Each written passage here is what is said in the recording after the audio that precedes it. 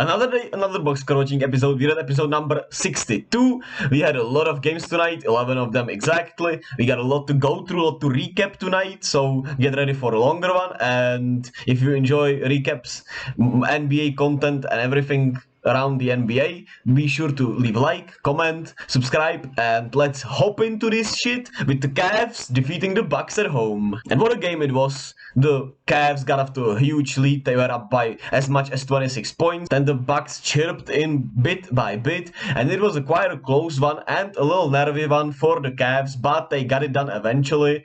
Giannis was sensational for the Bucks. He had 45 points, 14 rebounds, 4 assists, 2 blocks, 1 steals, but he didn't get a lot of support offensively and defensively tonight, and it was a little rough night for most of the guys on the Bucks, offensively and defensively. So they lost against the Cavs, which is not the worst thing, because the Cavs are one of the best teams at home and they are on fire right now. They are on a 5-game winning streak. They lost the turnover battle 19-10, which didn't help their cause. They shot 22 free throws while the Cavs made 22 free throws, which is never a good sign for Milwaukee when they lose a free throw battle, I feel like. And shout out to Cleveland, man. They get a huge win at home. They now have the same amount of wins as Milwaukee and as Boston. They just lost 2 more games already than Milwaukee and 1 more game than Boston, but they're right up there at the top of the Eastern Conference, and Donovan Mitchell has been one of the huge reasons why. He had 36 points, 6 assists, 4 rebounds, 2 steals. He made 15 of 16 free throws, 9 of 21 from the field. A great game from Donovan Mitchell. Jarrett Allen was sensational with 19 and 8,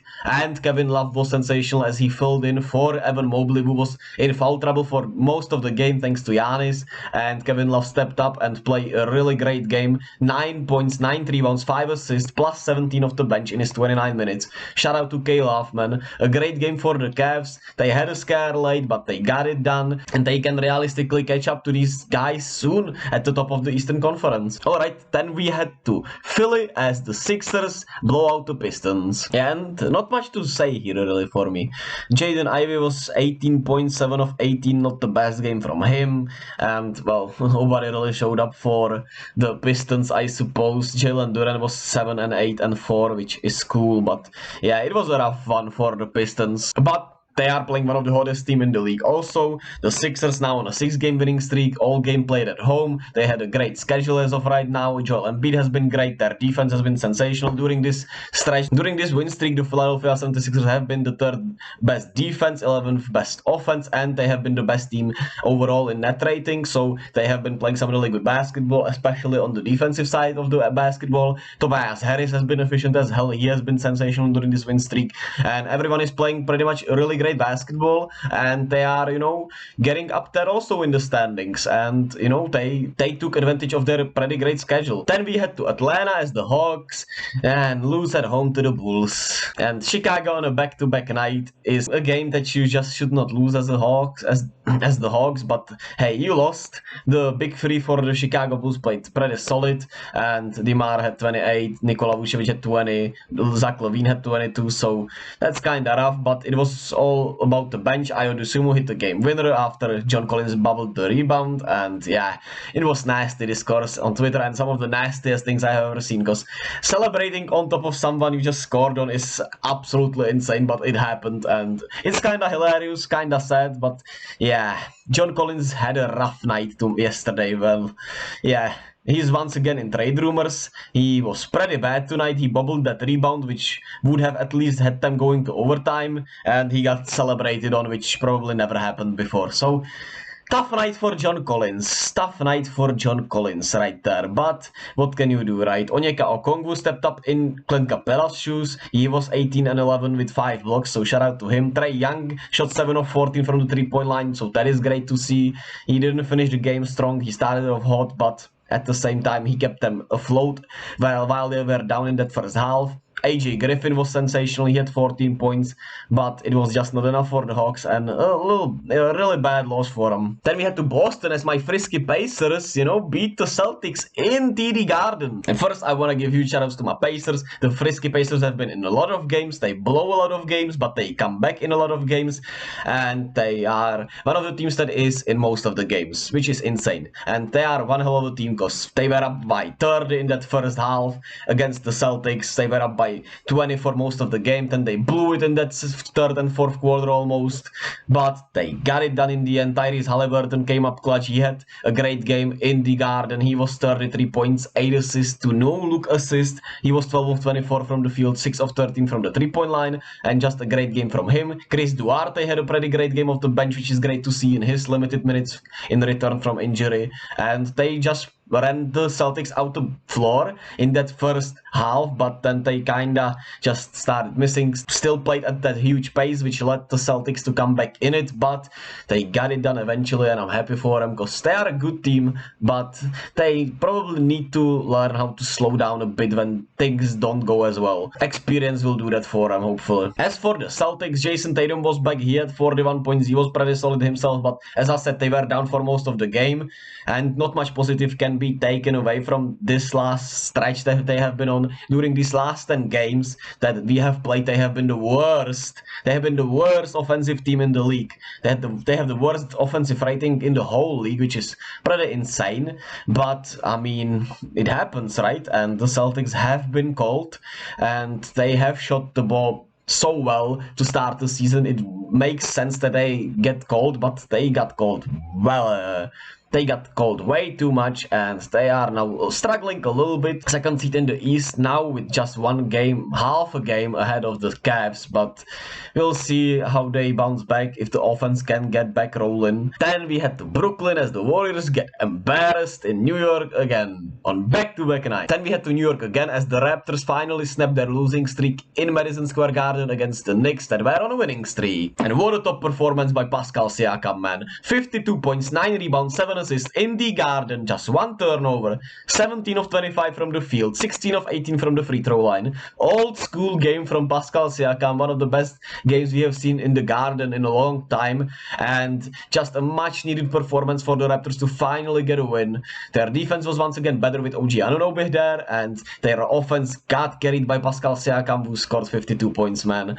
Fred VanVleet helped him a bit with 28, and he was clutch in that fourth quarter, but good God, man, the Toronto Raptors needed this one, right? And Pascal Siakam delivered. What a guy, what a performance. Shout out to Pascal, all-star, 100% an all-star this season, and you could make an argument he could be a starter this season, but it's kind of tough in that Eastern Conference, right? And as on the Knicks side, I mean, they were on a back-to-back also, and they just, you know, were on fumes a little bit. They were a little bit tired, and it happened. They had a good run, and it was great to see. They were without Quentin Grimes. Emmanuel quickly stepped into the starting lineup. He had 20 points, and Jalen Brunson had an off night, which happens to all of us. And yeah, that was essentially the reason they lost, because RJ Barrett and Julius Randle were pretty great. They both had 30, but they just didn't have enough energy tonight. Their winning streak is snapped. They still put themselves in a great spot, and I mean, are still looking on a good track, I would say. Then we head to Houston as the Magic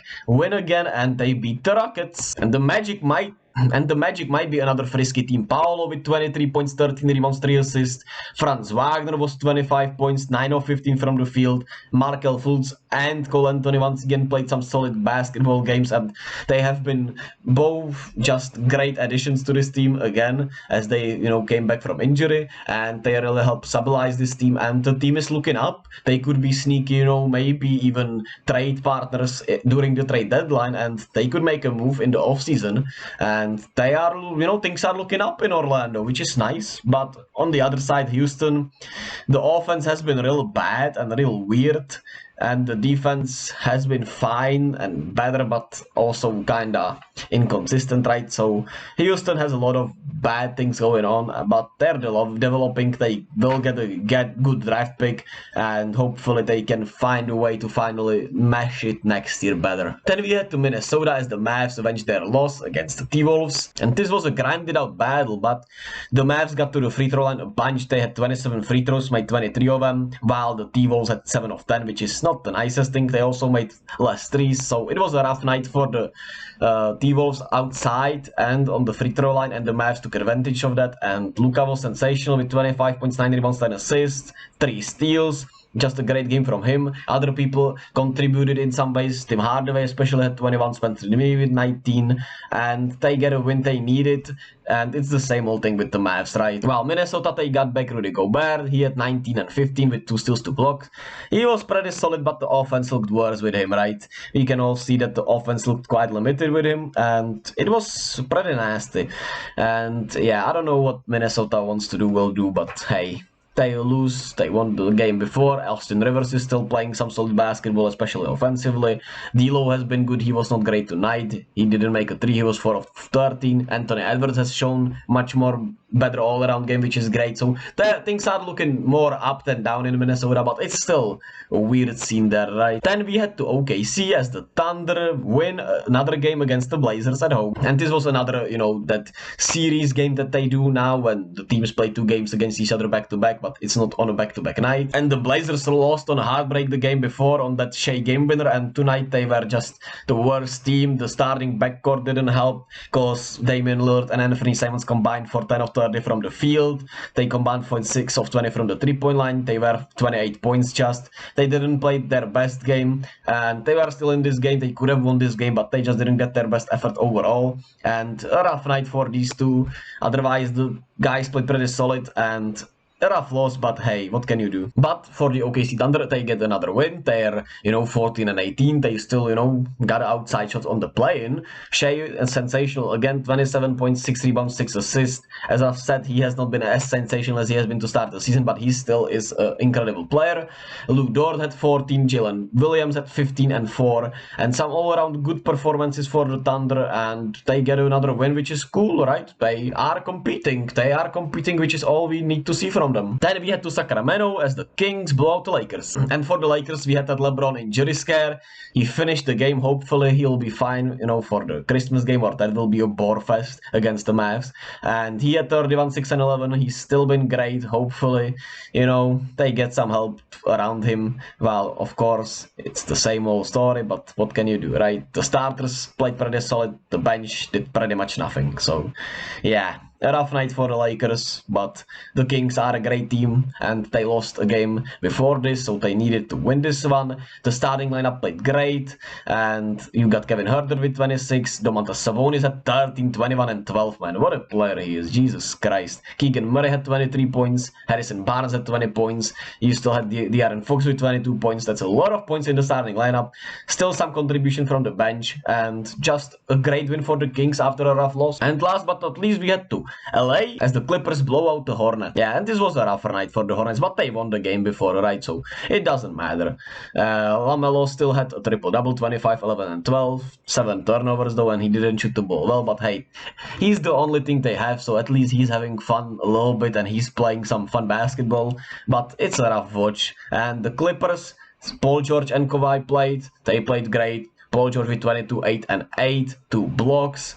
Kawhi had 16, 7 and 4 in his minutes, 5 of 12 from the field. Some solid performances that game. They get more minutes under their belt. The bench was great. You got Nicolas Batum with 21, Luke Kennard with 12, Norman Powell was back with 14. So a lot of positive stuff for the Clippers, who are looking kinda up as right now. And that about does it tonight. Man, a lot of games, some intriguing stuff. Shout out to the Cavs especially. Shout out to Pascal Siakam, and the Warriors we do not talk about. And tonight on a fine Thursday we have just 2 games, because, well, on Friday we have like 13 games, so that's not fun. But what can we do, right? The Spurs play the Pelicans. I mean, Pelicans are fun, so that's a fun one. And the Wizards play the Jazz. That could be actually a fun one, but yeah, not that exciting tomorrow. Just 2 games, so I'll be here to cover them both. Don't you worry. Leave a like, leave a comment, subscribe, and I'll see you all tomorrow with another box score watching episode.